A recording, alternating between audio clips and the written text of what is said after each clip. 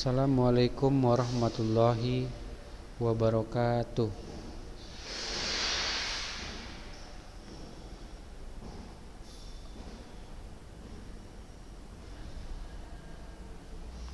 Alhamdulillahi rabbil alamin.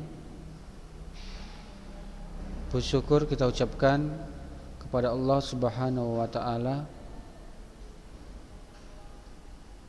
yang mana pada kesempatan hari ini kita masih diberikan berbagai macam nikmat, ya. Di antaranya nikmat kesehatan serta nikmat kesempatan sehingga kita bisa melanjutkan pembelajaran kita pada hari ini, ya. Anak didik kami kelas 10, ya, anak didik kami kelas 10. Hari ini kita akan melanjutkan pembelajaran kita, ya. Materi kita yaitu tentang reaksi redoks, ya. Nah, jadi materi kita hari ini yaitu tentang reaksi redoks, ya. Reaksi redoks itu artinya adalah reaksi oksidasi dan reaksi reduksi, ya. Jadi redoks itu dia adalah gabungan daripada reaksi oksidasi dan reaksi reduksi, ya. Nah, jadi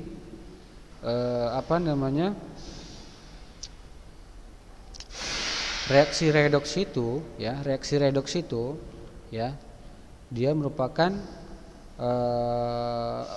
reaksi, ya, reaksi yang di dalamnya itu dia terjadi peristiwa oksidasi dan terjadi peristiwa reduksi, ya, terjadi peristiwa oksidasi dan terjadi peristiwa reduksi, ya. Nah, jadi kalau misalkan dia oksidasi, ya, nanti ada pengertiannya. Kemudian kalau dia reduksi juga dia nanti ada pengertiannya, ya. Nah, untuk reaksi oksidasi, ya, untuk reaksi oksidasi itu dia ada pengertiannya, ya. Nah, jadi pernahkah Anda melihat besi berkarat, ya? Pernahkah Anda melihat besi berkarat? Nah, peristiwa apa yang terjadi pada besi berkarat? Ya, peristiwa apa yang terjadi pada besi berkarat? Nah, jadi besi berkarat itu dia merupakan salah satu perubahan kimia, ya. Besi berkarat itu adalah merupakan salah satu perubahan kimia, ya. Nah, jadi kalau misalkan besi berkarat itu merupakan salah satu penerapan daripada reaksi redoks. Oke, ya. Jadi kalau misalkan dia reaksi besi berkarat itu merupakan salah satu aplikasi daripada reaksi redoks, ya. Nah, jadi kalau misalkan dia besi berkarat, ya, kemudian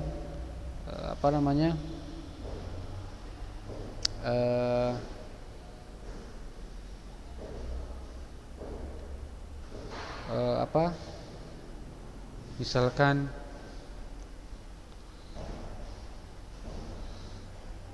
reaksi-reaksi pencampuran zat kimia. Nah, itu adalah salah satu contoh daripada reaksi redoks, ya. Nah, arti nanti terjadi peristiwa oksidasi dan peristiwa reduksi di dalam satu reaksi tersebut. Nah, reaksi oksidasi apa pengertiannya? Nah, reaksi oksidasi itu dia reaksi yang perubahan kimia yang terjadi ketika elektron dilepaskan. Nah, jadi di sini oksidasi berarti dia elektron dilepaskan. Kemudian reduksi. Nah, reduksi yaitu perubahan kimia yang terjadi ketika elektron diterima ya. Jadi reduksi itu adalah perubahan kimia yang terjadi ketika elektron diterima ya, diterima. Nah, berarti reaksi reduksi yaitu perubahan kimia yang terjadi ketika elektron diterima. Kalau oksidasi berarti dia ketika elektron dilepaskan. Kalau reduksi berarti ketika elektron diterima. Nah, reaksi oksidasi dan reduksi selalu berjalan serempak, sehingga jumlah elektron yang dilepas pada reaksi oksidasi sama dengan jumlah elektron diterima pada saat reaksi reduksi. Reaksi ini dinamakan dengan reaksi redoks. Nah, jadi dia ya, reaksi oksidasi itu dia jumlah elektron, reaksi reduksi itu dia jumlah elektron di sebelah kanan itu harus sama dengan jumlah elektron di sebelah kiri. Artinya yang dilepas itu harus sama dengan jumlah elektron yang diterima ya. Jadi artinya dia harus sama jumlah yang di sebelah kanan, di sebelah kiri reaksi ya, dengan yang di sebelah kanan reaksi ya. Nah, bilangan oksidasi. Nah, sebelum kita masuk ke bilangan oksidasi ya, kita harus paham dulu pengertian reaksi redoks ya. Nah, reaksi redoks tadi apa pengertiannya? Reaksi yang dimana dalam suatu reaksi kimia tersebut terjadi peristiwa oksidasi dan terjadi peristiwa reduksi ya. Nah, jadi di sini dalam reaksi redoks tersebut itu terjadi peristiwa oksidasi, dan terjadi peristiwa reduksi ya. Nah, jadi kalau misalkan dia oksidasi ya, pengertiannya itu apa-apa saja. Nah, oksidasi itu pengertiannya yaitu bereaksinya suatu zat dengan oksigen ya. Kemudian pelepasan elektron suatu zat. Nah, jadi kalau misalkan ada suatu zat menangkap oksigen kemudian menghasilkan ini, nah itu berarti dia reaksi termasuk ke dalam oksidasi ya. Kalau dia menangkap oksigen. Kemudian kalau dia melepaskan elektron artinya elektronnya dia di sebelah kanan. Nah, ini dia contoh reaksi oksidasi ya, berarti elektronnya di sebelah kanan. Kemudian penambahan bilangan oksidasi dari suatu zat. Nah, bilangan oksidasi nanti akan kita pelajari ya. Nah, jadi di sini terjadi penambahan bilangan oksidasi dari suatu zat. Nah, jadi apa itu bilangan oksidasi nanti akan kita pelajari ya.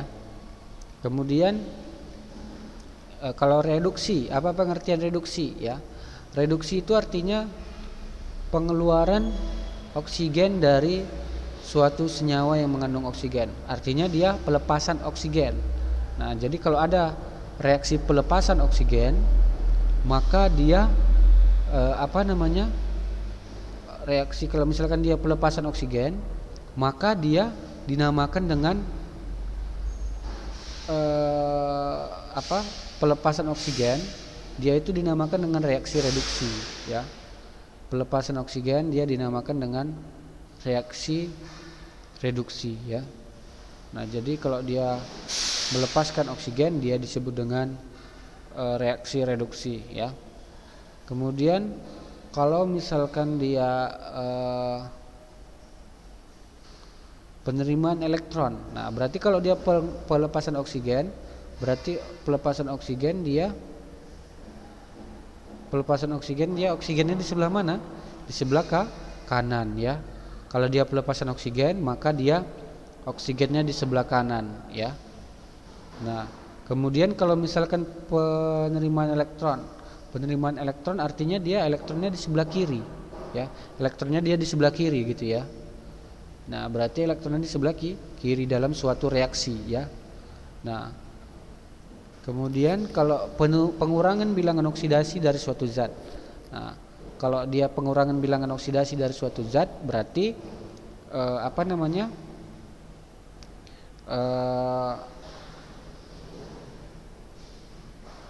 dia penurunan, artinya bilangan oksidasinya turun. Nah, seperti itu dia. Kalau dia pengurangan bilangan oksidasi dari suatu zat, artinya bilangan oksidasinya itu turun dia, seperti itu ya. Bilangan oksidasinya itu turun. Oke. Nah, itu untuk reaksi reduksi dan reaksi oksidasi. Nah, jadi untuk yang ketiga ini kan belum paham ya. Kalau untuk yang kedua ini mungkin saya rasa sudah paham ya. Kalau dia pengeluaran oksigen. Pengeluaran oksigen artinya oksigennya dia di sebelah kanan dalam suatu reaksi. Ya, misalkan reaksi A tambah B menghasilkan C tambah oksigen. Nah, misalkan seperti itu dia. Nah, jadi oksigennya dia sebelah kanan. Kalau dia yang oksidasi, dia oksigennya di sebelah kiri, ya, di sebelah kiri. Nah, berarti bereaksinya suatu zat dengan oksigennya dia di sebelah kiri. Nah, seperti itu dia ya. Nah, oke. Nah,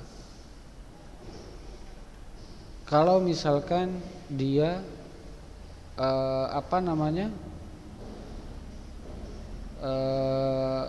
pengurangan bilangan oksidasi dari suatu zat. Nah, jadi di sini akan kita pelajari tentang bilangan oksidasi ya. Nah, bilangan oksidasi ya. Nah, apa itu bilangan oksidasi? Nah, bilangan oksidasi adalah bilangan yang menyatakan bilangan yang menyatakan banyaknya jumlah muatan listrik dari suatu unsur atau senyawa ya. Bilangan oksidasi adalah bilangan yang menyatakan banyaknya muatan listrik dari suatu unsur dalam senyawa. Nah, jadi kalau dia unsur bebas ya, maka bilangan oksidasinya adalah 0 ya. Kalau dia unsur bebas, maka bilangan oksidasinya adalah 0. Bilangan oksidasi H itu dia dalam senyawanya adalah positif 1 ya. Nah, jadi kalau misalkan H dalam senyawanya dia adalah positif 1 ya. Kalau bilangan oksidasi oksigen dalam senyawanya dia adalah negatif 2 ya. Bilangan oksidasi oksigen dalam senyawanya adalah negatif 2 ya. Nah, kalau dia bilangan oksidasi molekul netral dia bilangan oksidasinya adalah 0 ya. Nah, kemudian bilangan oksidasi daripada ion misalkan ada ion Na+, maka bilangan oksidasinya adalah sama dengan jumlah muatannya ya. Bilangan oksidasi daripada ion adalah jumlah muatannya ya. Oke. Nah, itu ya. Bilangan oksidasi daripada ion adalah jumlah muatannya. Nah, inilah aturan-aturan dalam penentuan bilangan oksidasi ya. Nah, jadi kalau misalkan ditanya ada soal, tentukanlah bilangan oksidasi Cr pada K2Cr2O7 misalkan. Nah, bagaimana cara menentukan bilangan oksidasi Cr pada K2Cr2O7? Nah, caranya yaitu dengan cara kita biasanya yang ditanya itu dia yang tidak ada di dalam aturan ya. Yang ditanya, bilangan oksidasi yang ditanya biasanya dia tidak ada di dalam aturan ya. Nah, jadi kalau misalkan di sini K2Cr2O7 berarti yang tidak ada dalam aturan yaitu si Cr ya. Yang tidak ada dalam aturan yaitu adalah si Cr ya. Nah, berarti di sini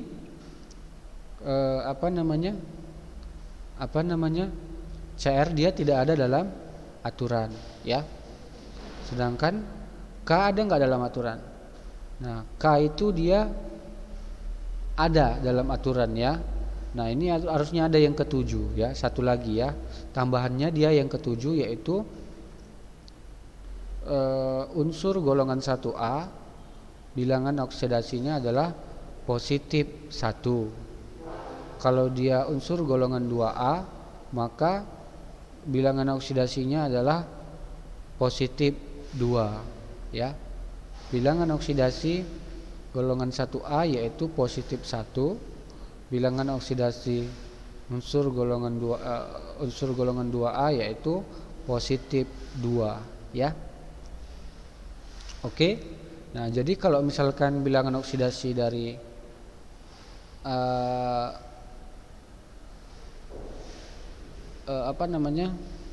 bilangan oksidasi daripada atom K itu dia kan termasuk golongan 1A ya, 1A ya. Tambahannya ya anak didik kami ya, yang ketujuh yaitu bilangan oksidasi unsur golongan 1A yaitu 1 ya, yaitu positif 1. Kalau dia unsur golongan 2A yaitu positif 2 ya. Unsur golongan 2A yaitu positif 2. Maka di sini kalau misalkan dia K itu kan termasuk golongan 1A.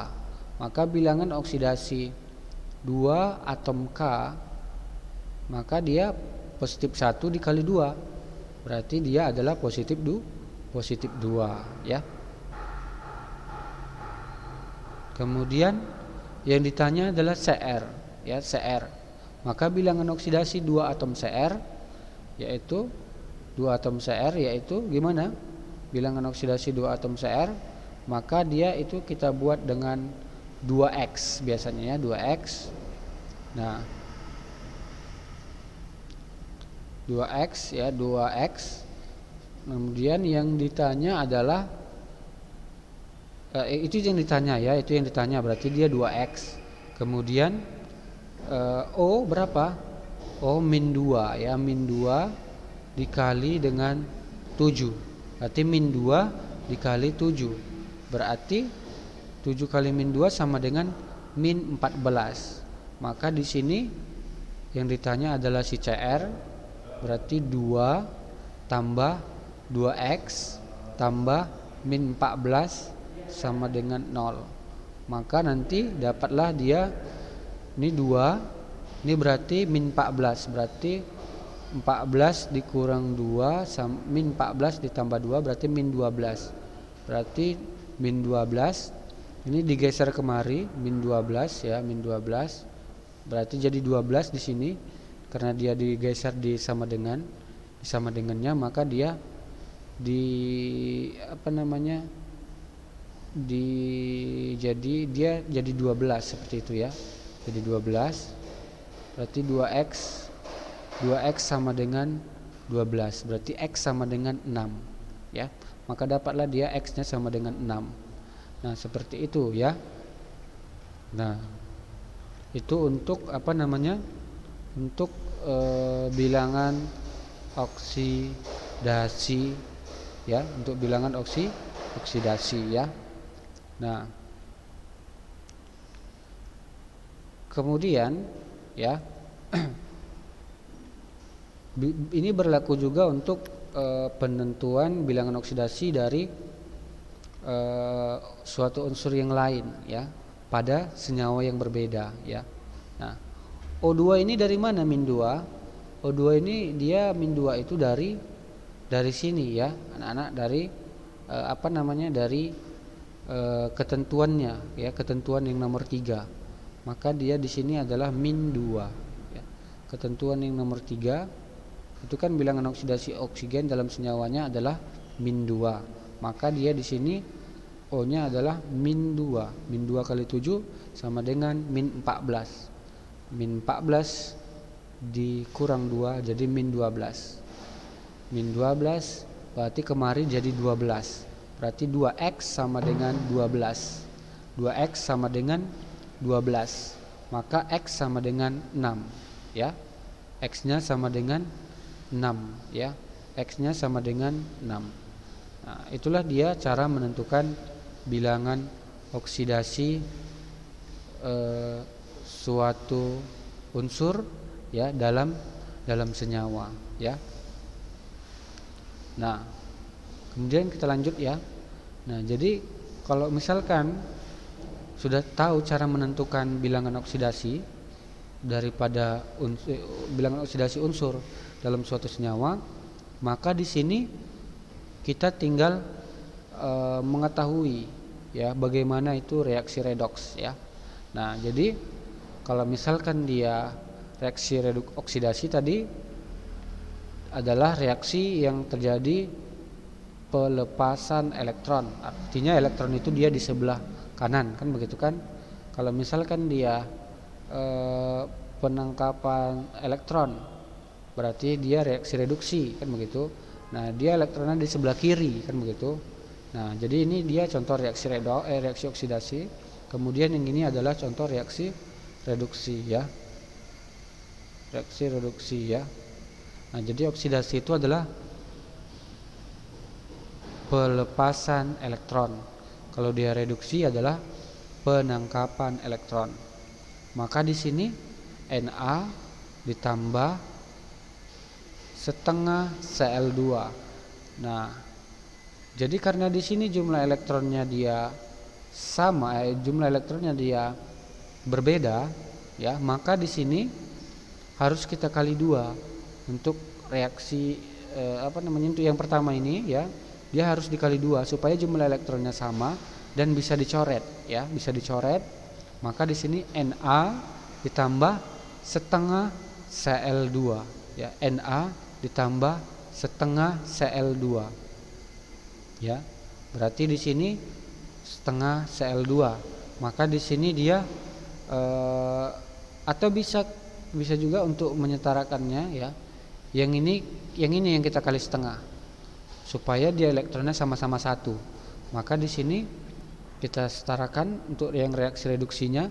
Yang ini dia sama-sama setengah, yang ini dia dikali dengan setengah supaya dia elektronnya sama dengan 1. Berarti setengah Cl2 ditambah dengan elektron menghasilkan Cl min ya, menghasilkan Cl min. Maka nanti hasilnya adalah Na ditambah setengah Cl2 menghasilkan Na positif ditambah Cl ya. Nah, seperti itu dia.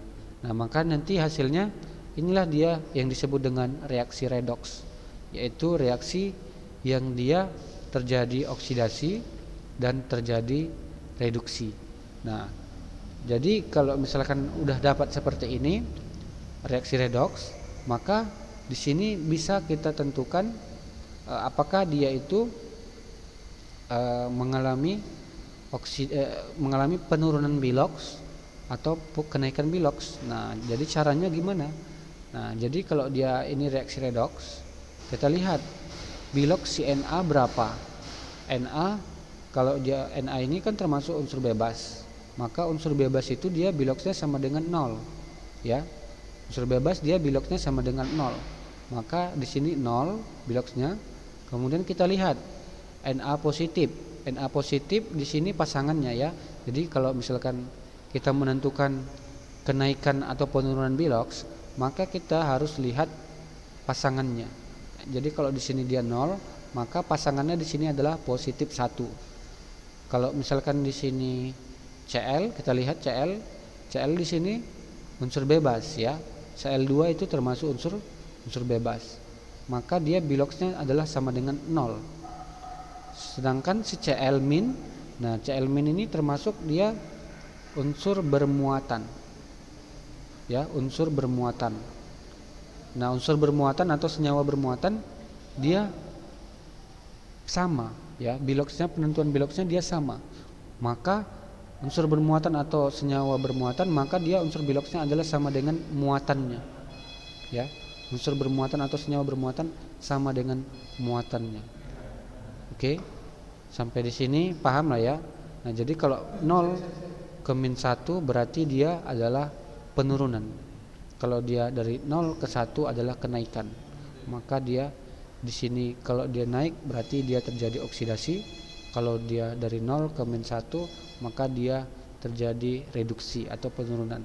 Maka kalau dia terjadi oksidasi dan terjadi reduksi, itulah yang disebut dengan reaksi redoks ya. Nah, reaksi redoks itu apabila dalam suatu reaksi terjadi oksidasi dan terjadi reduksi ya. Terjadi oksidasi artinya kenaikan bilangan oksidasi. Kalau dia turun berarti dia terjadi penurunan bilangan oksidasi. Nah, kalau misalkan yang mengalami oksidasi, misalkan si Na tadi kan mengalami oksidasi, maka dia disebut dengan reduktor. Nah, kalau dia yang mengalami oksidasi, maka dia disebut dengan reduktor. Sedangkan yang mengalami reduksi, dia disebut dengan oksidator. Nah, kebalikannya ya. Kalau dia mengalami oksidasi, disebut dengan reduktor. Kalau dia mengalami reduksi, maka dia disebut dengan oksidator. Nah, seperti itu ya. Oke. Jadi di sini Na bertindak sebagai reduktor karena dia mengalami kenaikan bilangan oksidasi. Sedangkan si Cl dia mengalami penurunan bilangan oksidasi. Maka disebut dengan oksidator ya. Penurunan dia disebut dengan oksidator. Oke. Nah, sampai di sini bisa dipahami ya. Nah, sampai di sini sudah bisa dipahami ya. Nah, itulah dia untuk reaksi redoks ya. Reaksi redoks itu dia apabila terjadi kenaikan bilangan oksidasi, maka dia itu disebut dengan oksidasi. Kalau dia terjadi penurunan bilangan oksidasi, maka dia disebut dengan reduksi ya. Nah, jadi di sini tidak ada kaitannya koefisien angka yang di depan dengan penentuan bilangan oksidasi, tidak ada ya. Jadi penentuan bilangan oksidasi itu dia hanya dari aturannya ini aja ya, aturan atau ketentuannya ini saja ya. Oke ya. Nah, sampai di situ paham ya, bisa ya. Oke. Nah, kemudian sedikit lagi ya untuk reaksi autoredoks ya, reaksi autoredoks ya. Nah, reaksi autoredoks itu adalah reaksi yang dimana di dalamnya terjadi reaksi oksidasi dan reduksi, tetapi yang mengalami oksidasi atau reduksi itu satu zat, hanya satu zat saja dia mengalami oksidasi maupun mengalami reduksi. Nah, untuk reaksi oksidasi akan kita lanjutkan di pertemuan berikutnya ya. Nah, untuk reaksi autoredoks ya maksudnya akan kita lanjutkan di pertemuan berikutnya. Untuk hari ini demikianlah materi kita ya. Semoga apa yang Ustaz sampaikan dapat dipahami. Demikianlah. Assalamualaikum warahmatullahi wabarakatuh.